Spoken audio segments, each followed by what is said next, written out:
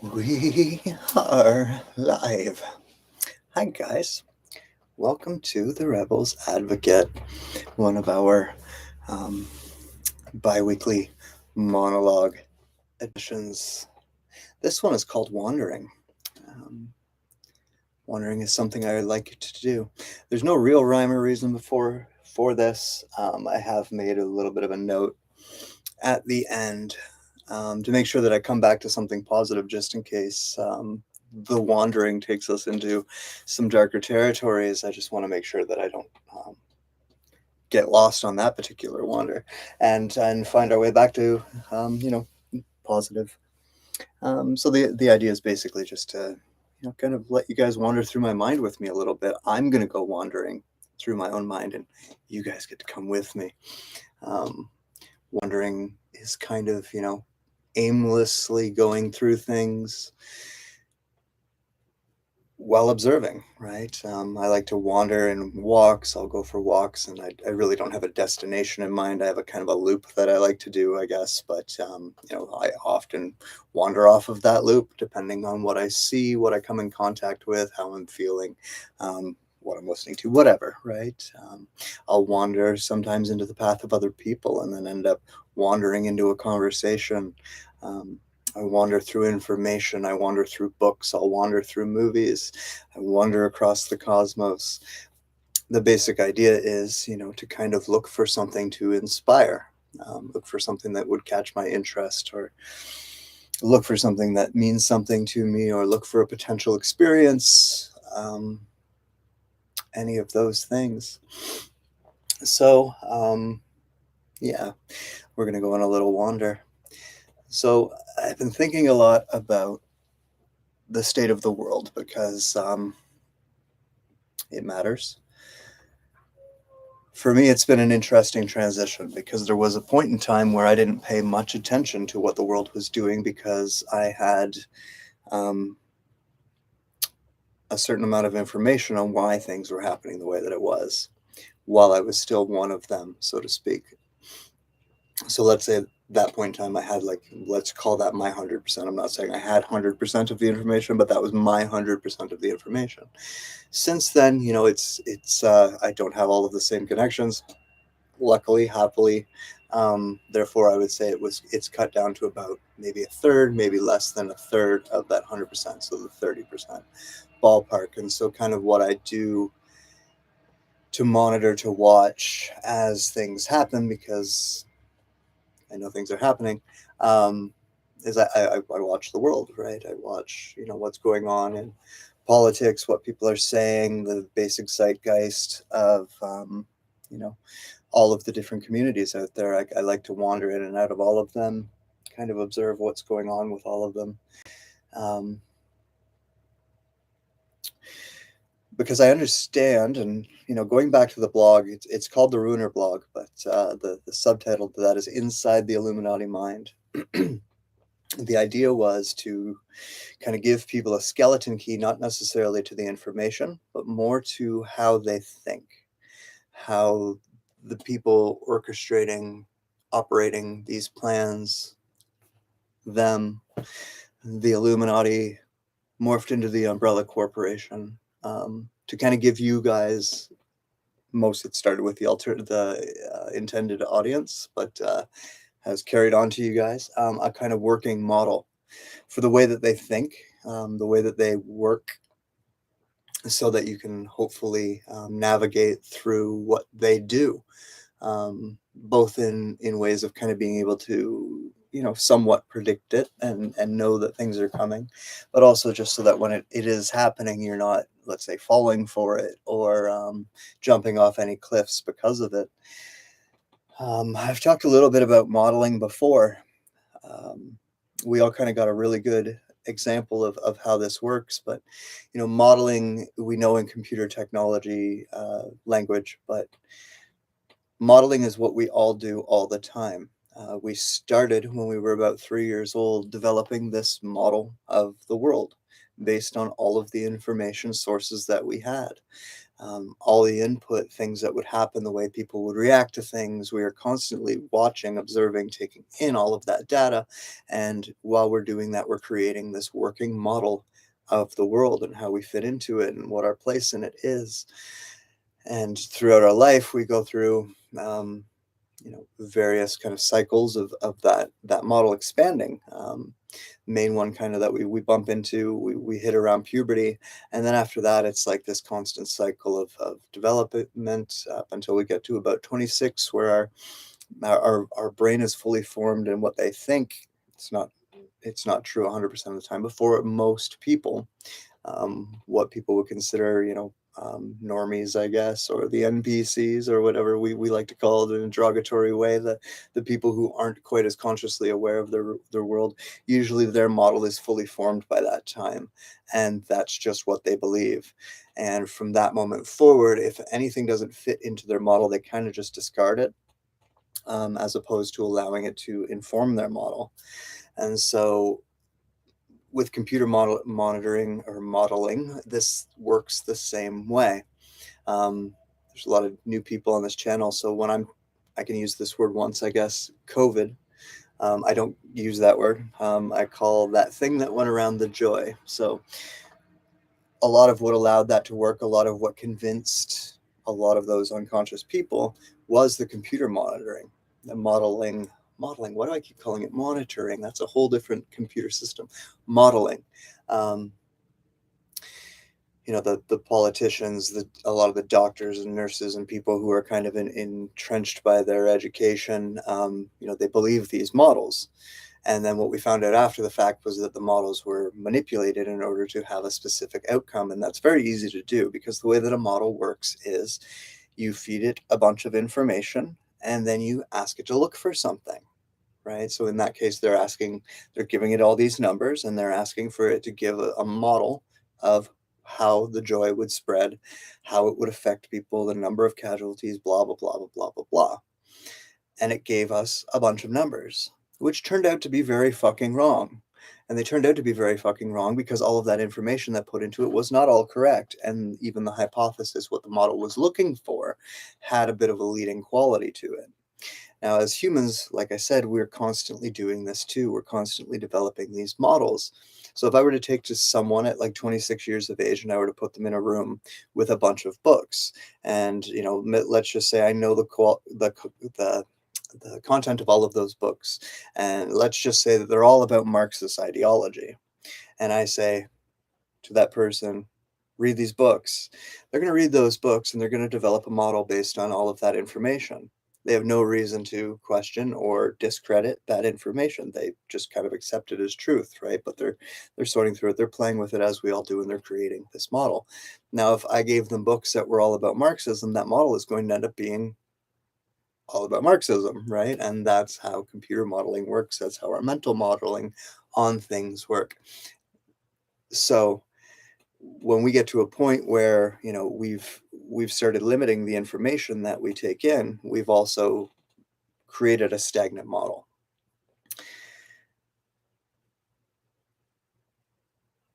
People like the Illuminati have a stagnant model when it comes to human behavior, as an example, right? That's why we can see the flaws in their ways, and the way that they work with their ends justifying their means. We can see the flaws in those ways too, because their model is wrong, right? So the purpose of giving that insight into the way that these people's minds work, and the way that they think, isn't to say that they're right or that they're wrong. It is simply so that we understand how they're thinking. A lot of people are kind of starting to figure out that their relationship with the umbrella corporation, at any level that you want to call it, just with the government, is very much like a narcissistic romantic relationship or partnership of any sort.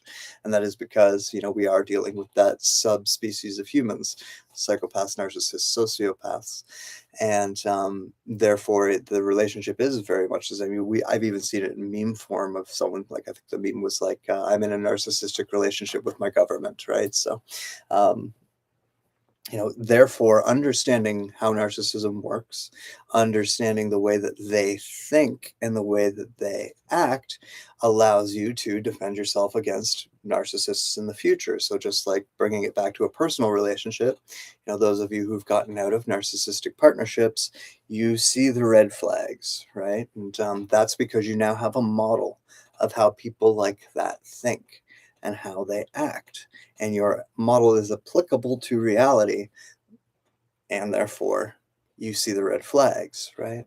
And so we are creating that same type of model right now with the umbrella corporations, with the governments, and then the controllers of our world, right? We're understanding that that relationship is not different, and so we need to keep that model as they do things so that we know what it means when they're doing what they do. So, one of the things that's kind of been almost like this milestone that's been just annoying the fucking bejesus out of me because of reasons. I'm not a fan of Donald Trump. If you remember, my model would told you that that man was going to become president, and the chaos that would ensue from that would cause all of this to be possible, and it has. So, preface this with, this is not in defense of Donald Trump in any sort of way. However, if you are not absolutely shocked and appalled by what is going on with that situation, with the way that they have arrested him and all the indictments and everything else, and the way that the media is spinning this, and that Trump derangement syndrome that is so totally taken hold of the world, then there is actually something wrong with your model, because that is this spiral that we've needed to watch for and we've needed to worry about, and that really is kind of the infection or the invasion or whatever disease type of word we want to put towards you know the bring in of some sort of, let's call it an apocalypse for argument's sake. But the fact that they've got people so twisted now that there are any human beings who can in any way, shape, or form think that that is okay tells me that their model has been very successful. And that's kind of a problem for us, but we knew it was coming, right? It is what it is. It's nothing new. However, I could give you historical references, examples, I mean, of what this signifies. I could give a bunch of different things, but I'm sure that I would kind of just be preaching to the choir. This is a problem. And when I talk about milestones and things that I'm looking for them to do, I had mentioned one when the joy was in full effect, and that same man declared martial law. And nobody has ever talked about since that was never revoked. So that's actually still in place, whether they're using something or not. It doesn't mean that it's not there. Anyways, this is definitely another one. And so a lot of kind of what I'm getting off my chest today, I guess, is kind of everything wrapping up to, 'cause next month I really want to take a really hard turn into talking about, cosmology and the universe and the planetary consciousness and stuff like that in the kind of woo-woo ballpark. My reason for that is that particular milestone signifies to me that the next phase is about to begin, and we're going to end up having to talk about current events again. So before we get there, I want to do this, and so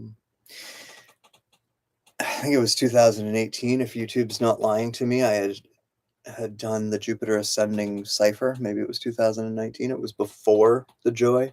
I was talking about their desire to use a certain type of technology that would work like a structure, a framework for them to then piggyback a bunch of other technologies onto, how they were looking for a way to test that on people, how I thought it might actually be in most people. And I guess I was pretty right, because YouTube thought, I violated a bunch of terms, and they took that video down. So we'll redo that movie at some point, but that's not what I'm talking about. That technology that is in the lollipops, which again, for those who don't know, lollipops is that thing that they were giving to people for the joy. So since our panic about that particular application of that particular technology, we've found out that it has actually been applied in a variety of different ways, and therefore it is kind of already everywhere, which is, once again, if you're following the model of how they work, that is how they work. By the time we find out about it, they've already been doing it for a while. So that not only trying to think of how to explain it the best. It works like an interface for all of the new technologies that they wish to use, as I have said. And in the last few weeks, they've kind of given us a few different examples of that. The obvious one that I had pointed out was going to be, things like cancer and HIV and things like that, which they have and are doing. Next one would be to control insect populations, which they are doing, which again translates into what I say that they've also done with plant life. They've just kind of admitted that they're doing it with insects and certain types of rodents, which we like to forget are a type of mammal. But anyways, and then other little slips like talking about the one study that they had released about them using the technology to change the memories of what was it they were using? Snails, slugs. So, all of that to say that, that presented model of the rollout of that particular technology ended up rolling out exactly the way that they intended it. And it is what it is. So, 15-minute cities, controllable cities, and some new technologies that they've been talking about with that. On one hand, we have almost a war being fought over energy. On the other hand, they're very quietly, as per the MO of the path of discoveries, releasing this information about things like concrete being able to store energy, store kinetic energy, and actually translate that into electricity as we would use it. There's been a few different examples that are slipping my mind, but very kind of slowly, they're, while everyone's focused on fighting over gas and oil and nuclear over here, they're very slowly doing the path of discoveries thing to let us know about these other technologies, these other ways that they have of creating and generating energy, electricity. And then if you also look at the infrastructure for these smart cities, the 15-minute cities, they're working with all of these same laboratories and all of these same researchers, which connect the dots, allows us to see that all of that technology is going to be put into the development of these things.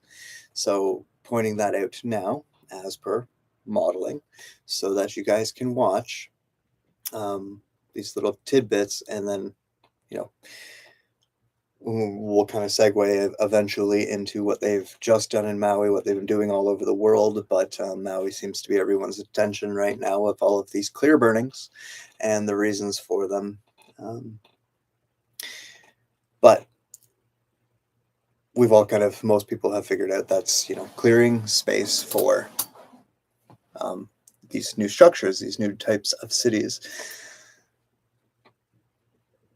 So once again, the model appears correct, and we now know what to watch for, right? Or all of these new amazing discoveries are really just being released to us now because they all do play into those particular, what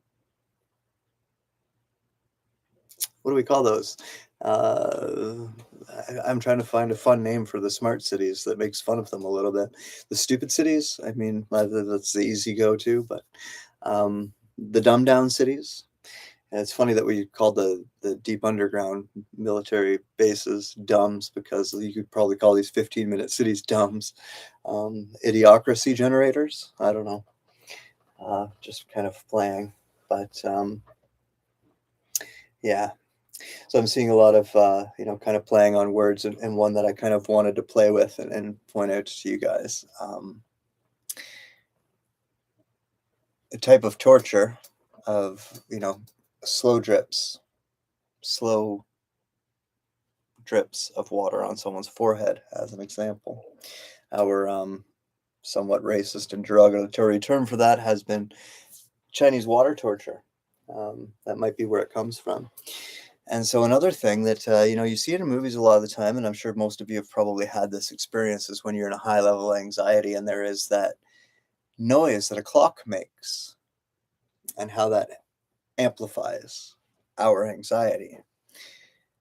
Basically, what it's doing is, because your heart's going boom, boom, boom, boom, boom, boom, and that's adding up boom, boom, tick, boom, boom, tick, boom, boom, tick. That's what we call arrhythmia, right? If you have that happening in your body on a right, so that's why those tortures, those types of things, are so effective. And what's that noise? Tick tock, tick tock, tick tock. What's the name of that app? What does it do to people? Models. So, in a podcast in 2008, I went on a bit of 2018, went on a bit of a rant about the Mandela effect related to Mr. Bob Barker. So Bob Barker died the other day, and I saw it rather quickly. It was like within a few minutes of whatever news industry, and my very first thought was, oh man, I'm going to open Facebook and everyone's going to be saying it's the Mandela effect because Bob Barker allegedly died in 2018. So what happened in 2018 is Bob Barker got in a car crash, and everybody started saying he's dead because the news reported that he might be dead, that they weren't confirming that he was alive. And then it found out that he was alive. And during that time, I got in all kinds of arguments with the Mandela effect supporters about how he had not died in 2007, because everyone was saying that this was a Mandela effect in 2018 when they thought he was dead. Turned out he wasn't dead, but it didn't matter because he already died in 2007. And so what's funny is, if you actually kind of look, if you just do like a simple, 2007, he left The Price is Right. 2018, he got in a car accident, and now he has died. So people are remembering that he died in 2018, but in 2018, people remember that he died in 2007. Do you see what's going on here yet? Anyways, Bob Barker, how the fuck do you think his family feels right now? Listening to a bunch of people be on the internet saying, "Oh, he'd been dead for years." Oh, this is the third time Bob Barker died? And think about that in terms of Mandela effect. If you were Bob Barker's daughter, and the Mandela effect was going on, what just happened to you? Your whole 3 years, what, didn't exist? Right? And this is why the model for that is broken. But anyways, I think that it's easy for us to sit on the internet not knowing these people and make all sorts of stories up about them at a distance. But just imagine that, maybe you were someone like me, or maybe you were someone else who knows any of these people, and how, absurd it might be if that were one of your family members that someone was insisting died 3 years ago because they remember it, right? So just something to consider when jumping on things on the internet. And this brings us to Maui and direct energy weapons. So, direct energy weapons absolutely exist, and so do electrical fires. I have shown images of what it looks like if, like, I've actually got an example right there. If you've got a bunch of cords spread out across a carpet and there's an electrical fire, and what that looks like when the fire is done, how it looks while the fire is happening and when it's done, the lines that it leaves, the selected burns that it has, right? It is all 100% consistent with what we see there. Now, the official story, which I'm not saying I believe, I'm just saying that the official story is that that is exactly what happened, that there was an electrical fire in high winds, and that caused the fire to spread. Now, I'm not quite buying that. However, in electrical fires, what happens is if an electrical line burns, then the whole line starts burning almost at the same time. If we go back to how we used to do electricity, like say, the world fairs, right? Everyone always questions like, how did fires wipe out all of San Francisco like basically overnight? That's because when we first started playing with electricity, we didn't have things like circuit breakers and the breakers in your homes and all these emergency cutoff systems. We didn't build it onto concrete to stop fires from spreading. We didn't have any kind of fire prevention methods in place. We were just kids with a new toy, and we just ran all these long wires, literally in like big, massive fucking circles through hundreds and thousands of different homes or buildings all at the same time. So what would happen if one of those lines were to burn? It's going to burn all the way through all of them, right? And so if you look at some of the places in Maui right now, you can see, and if you listen to what the electrical department said about how they managed to get some lines shut off and some not, you'll see these almost perfectly straight lines of where the fires stopped or where they went around. And then you can also see where a lot of the houses weren't down. They look like what a circuit breaker would look like if you had a fire on your circuit breaker. Right? It almost looks like they somehow spontaneously combusted from within and just burnt like almost like within their own footprint. And then there's grass, and then there's a bunch of other burnt stuff, right? And if you if you look at how electricity burns, that's exactly how it works. Now, bring this back to direct energy weapons. Some people are talking about the laser because there are multiple types of direct energy weapons. Some are using sound, some are using light, but it's still a direct energy weapon, right? So I'll see videos where people will be like, look at all these blue roofs where there's like a red one and an orange one and a green one, and that are also still standing and perfectly fine. So it wasn't that.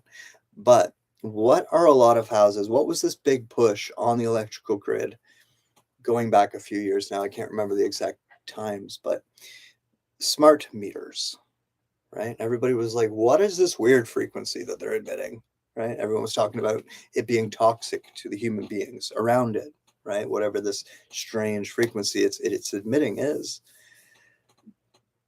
Now, another application of direct energy weapon could be to deliberately overload any type of electrical grid.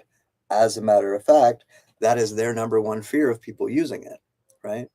There's another way to do that: cyber attacks, which we've all heard all kinds about in the same year.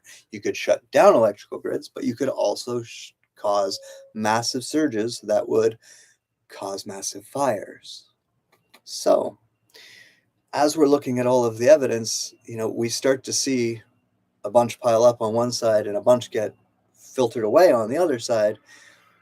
And the problem is, we all know on either side, this wasn't just a regular old forest fire.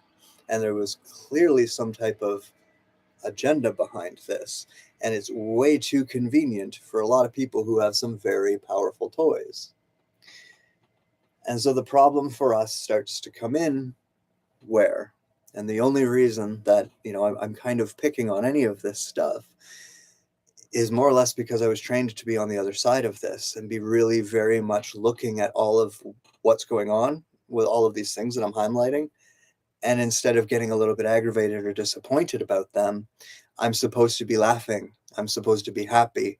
I'm supposed to be going, hey, it has worked, because this was the model to get us here. This community that we have has been being played with. And now that they have the technology to literally just fake anything that they want, they play with us every day.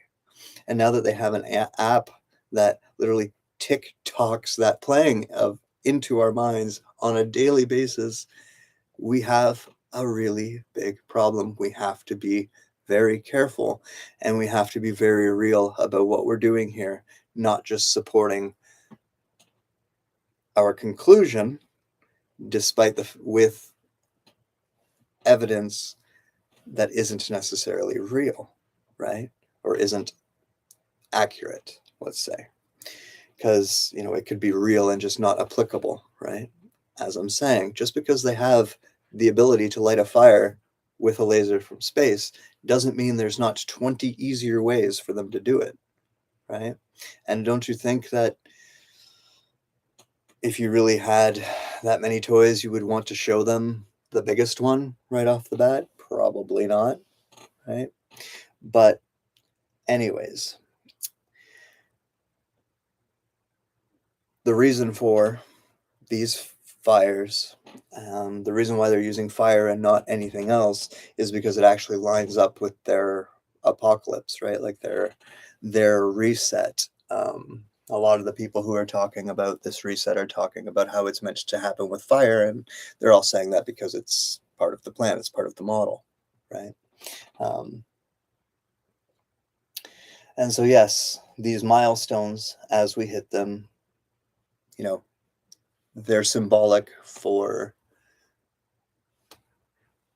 their plans, right? They're symbolic for the course of events that are going to happen.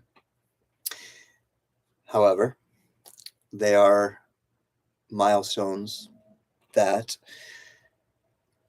just are, right? So if you start looking at identifying those milestones as a type of tool, then once again, like with any of the tools, we can start to bring that back into our favor. And, start to notice when they're deliberately trying to push the outrage button within our community. Prior to, say, 2012, I remember a lot of people talking about, the star seeds and all the incarnated souls here who have been under attack, targeted, and blah, blah, blah, blah, blah, all of this time being here for the purpose of, helping the world through this. If that is our goal, we need to make sure that we're being effective. And if we're reactive and if we're creating more mud, then we're not helping our goal. So we can start to see these milestones, noting them, being honest about them, and then determining our own symbology from them. Something that I know that they're planning on using because it's it kicks off the election season next year is a particular eclipse. And so just kind of as a game, I don't know how many guys have seen the TV show Heroes, but there was a pretty popular TV show that came out a while ago, allegedly beamed into the mind of a cab driver. And the basis of the show was that humans started to evolve. They started to basically, kind of like X-Men, develop or discover that they had these superpowers, more or less. Some of them could fly, some of them could read minds, some of them could replicate or regenerate, so on and so on. And the thing that signified it all was an eclipse. If you were to watch just the like the opening scene of the show, that's what the imagery was, right? So what if we kind of instead of seeing that eclipse coming and seeing it signify something else, what if we decided that it was going to signify that this was going to be, the beginning of the evolution we want to see, the side of this tree that we're trying to nurture? I bet you that if we did that at the very least, what it would do for us is allow us to not freak out over the course of the next couple of years as things start to cycle again. And we're going through all the same things we went through, 3 years ago. Because that's the kind of war of attrition, right? Is to try and grind us down. So what if we kind of gave ourselves some type of milestone? What if we gave ourselves some type of imaginary marker to say that, you know what, from this point, and I'm just throwing out the eclipse as an example. It's not a suggestion, it's just an example. But it could be just waking up tomorrow morning, and you know what? This is what I want to see it through this. I understand that it's not going to play out the way that I want it to, but I am going to maintain the conviction that I am on this side of the tree, no matter what they throw at us, right? We have the ability to kind of guide our own experience. That is the true behind phrases like perception is reality. Your perception isn't changing reality, it's coloring it. But if you can be real with that, then once again, you can actually use that as a tool as well, right? We do that in certain ways when we choose not to engage with certain people. A person still exists, they're just no longer within our perception because we don't see them, we don't talk to them, we don't interact with them, right? So in that case, we have colored our perception. We have not changed reality. We can not watch the news and have no idea. Some of you might not have any idea of what I was talking about when I said what's going on with Trump right now and them trying to put him in jail and stuff. Might not know any of that, right? And therefore, it's not part of your reality, but it is still happening, right? So therefore, your perception has colored reality.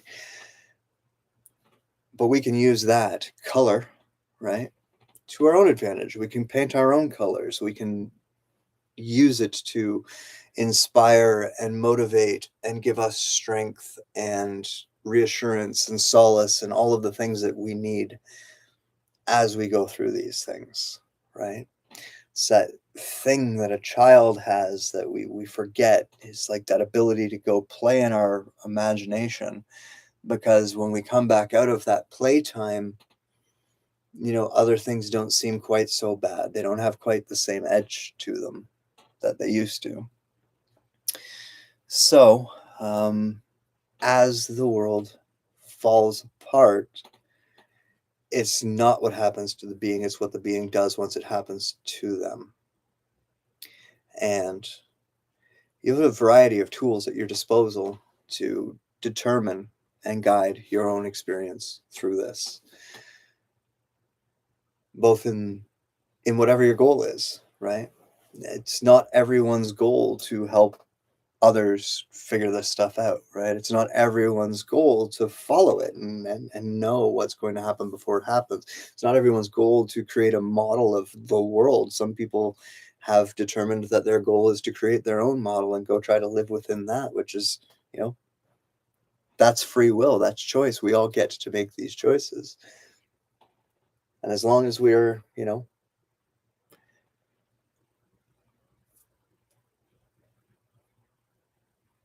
just doing our best to not do harm in the process, then the journey is going to be well worth it. Um, if your ends does not require harming others, then usually the means is pretty justified. So that's a little bit of wandering, and then I want to. This is a quote, but it's a concept. I'm going to kind of throw it out now. We'll come back to it at some point in time. But it comes from a video game, actually. And in this video game, basically, dragons had decided that they were going to destroy humanity. And there was one dragon that, was kind of in charge of all the other dragons. And his brother was, on his side for a long period of time, and then eventually changed side and started teaching humans how to fight back against the dragons. So, just a little backstory, but a great deal of time later, the humans still want to kill this dragon because he at one point in time sided with, the big bad dragon. And so you as your character, it's part of the game to make the choice. Are you going to kill this dragon or not? That is the instruction you get. But there's a piece of the dialogue that really kind of struck me when I heard it, that I kind of wanted to share with you, which is a question that the dragon poses. And he says, "What is better, to be born good or to overcome your evil nature through great effort?" And what that makes me think of is, the plight of being human, the difficulty of dealing with this shadow. Because when I think of a lot of, utopian points of view, new age points of view, If I gave the one ring to a lot of different people, we would end up with this place where all of that was removed, right?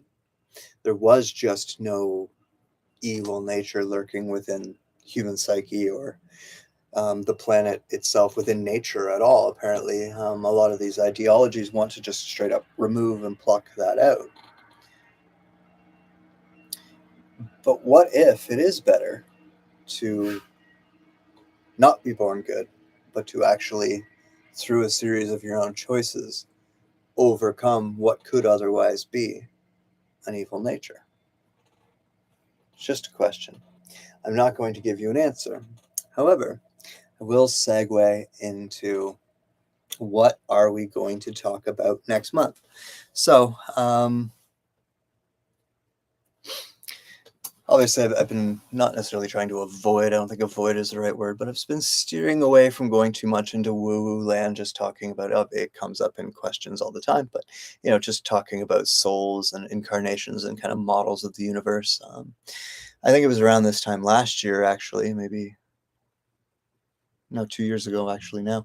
I had both our friend Niels and our friend Clayton come on, and they were giving us their version of cosmology, kind of how when I say that, basically how they believe this all works.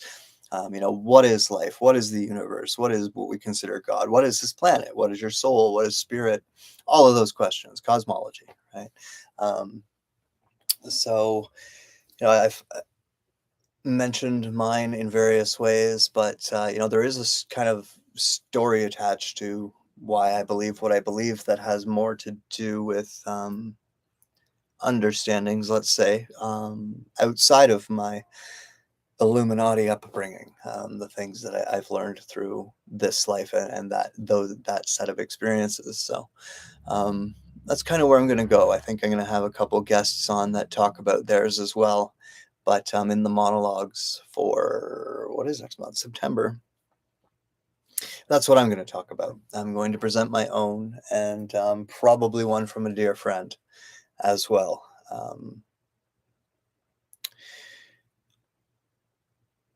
I mean, a lot to talk about there, but I don't know that there is an answer to this. As a matter of fact, I don't believe that there is an answer for these questions in here. However, I think that to an extent, there's a pretty clear model we can determine. So that will be what I mean and what I plan on doing through next month. And anything else to say about that? No, that's all I'm going to say about that. So tomorrow I will do a gratitude stream for those of you. I know I haven't put the announcement up, but that will be tomorrow. And then the loose ends answers will happen on, I guess that is Thursday. So I will be seeing you guys again the next 2 days. And that's what we will do. And then bringing us into next month, someone had asked because they went looking for the Jupiter ascending cipher, and that was one of the videos. I think there was about 6 videos that YouTube pulled down on their little rampage for me. That all of the videos that they pulled down were produced before the joy. So how I violated terms of something that didn't exist anymore, fucking beyond me. But thanks, YouTube. Um, so I'm thinking we might redo that one. And then I'm probably going to do a couple music ciphers as well, courtesy of our friend in the audience there, Tink. He had asked that I do Korn Issues, the album called Issues by Korn, which would be fun because Jonathan Davis has a fun story as well, and the band. But also, I've been wanting to do one on a band called System of a Down, but I had no idea where to start. Fascinating story, wicked lyrics, wild band, and yeah, so we're gonna get into those in ciphers for next month as well. What else would we be doing? Ruiner blog recasts, and then talking about cosmology. Once again, going to kind of go into woo-woo land a little bit for now because we're going to get pulled back into reality in a hurry, and figure we could have some fun before any of that nonsense starts up. So, anything else? Anything else? Anything else? I don't think I have anything else. Um, is that Devil May Cry is better than Skyrim? You've sent me a couple clips of that. I've actually never played that game. Um, I can't put in the amount of time for video games as I could when I was younger. Otherwise, I would say I should go back and play that game. But yeah, I see your clips and thank you for sending them. I don't think they actually stay posted. I think I only kind of get them through email. But yeah, it definitely looks like it was a great game. Yeah, the Skyrim thing was just the immersive quality to it that I really appreciated. It was like the first video game that like could kind of fully put you in that place where you actually thought you were in this little world, which I really liked. I'm really curious about their new game. They have a new game called Starfield about to come out, which is pretty wild. Maybe I'll kind of talk about that because you guys might think this is pretty cool too. So basically, they're making this open world space game. Those of you who don't follow video games very much, Bethesda, the company that made Skyrim, and someone else is mentioning Morrowind there, which is another one of their games. They have this series called Elder Scrolls, basically, and they're pretty epic games. It's like this whole little universe that they've created. But you know, their big thing is creating open world environments where you kind of have free run over. So they've just spent a bunch of years on the highest of technologies, making us one that is based in outer space. And so I've been watching a bunch of stuff on this and sounds pretty wild because I guess if I play the game and any one of you play the game, it's not going to be the same game. There are a handful of like missions and characters and things that tie it all together that are the same from installment and installment, but they've put AI in this game that actually generates the game as you play through it. Woohoo! So basically, you know, you're going to be flying through space and then you're going to see this like sphere off in the distance and you're going to move towards that sphere. And the AI is going to determine that you're moving your little fucking spaceship towards this sphere. And as you get closer to that sphere, it's going to start rendering this sphere into a planet. It's going to determine an environment, creatures for it, land masses, buildings, all of that fun stuff. And so if you and I approach the same sphere, we're going to have two completely different planets, completely generated by artificial intelligence. So, yeah, the application of artificial intelligence into video games and movies is fucking insane right now. Speaking of, I just tried to watch The Flash. What a terrible fucking movie. I was so mad. And just the AI computer generated nonsense in that movie, it just made me want to throw up. But welcome to the new world. This is why the writers are on strike. This is why so many other things are breaking, and they're doing what they're doing. So, do I have any info about Randy? As far as I know, last I talked to him, he was great. He didn't want to do any public speaking. He was kind of just living life, doing his own thing. I'm expecting another email back from him probably soon, actually, now that you mention it. But yeah, that's about all I really have to report. Which is why we haven't been when doing our monthly recording, as he's just not in the mood to talk right at the moment. So that's cool. Living life, good for him. Yeah. So, all right, guys, gonna love you and leave you. Hope everyone has a wonderful day. I'll see many of you tomorrow, many more of you on Thursday, and the rest of you next month. Bye for now.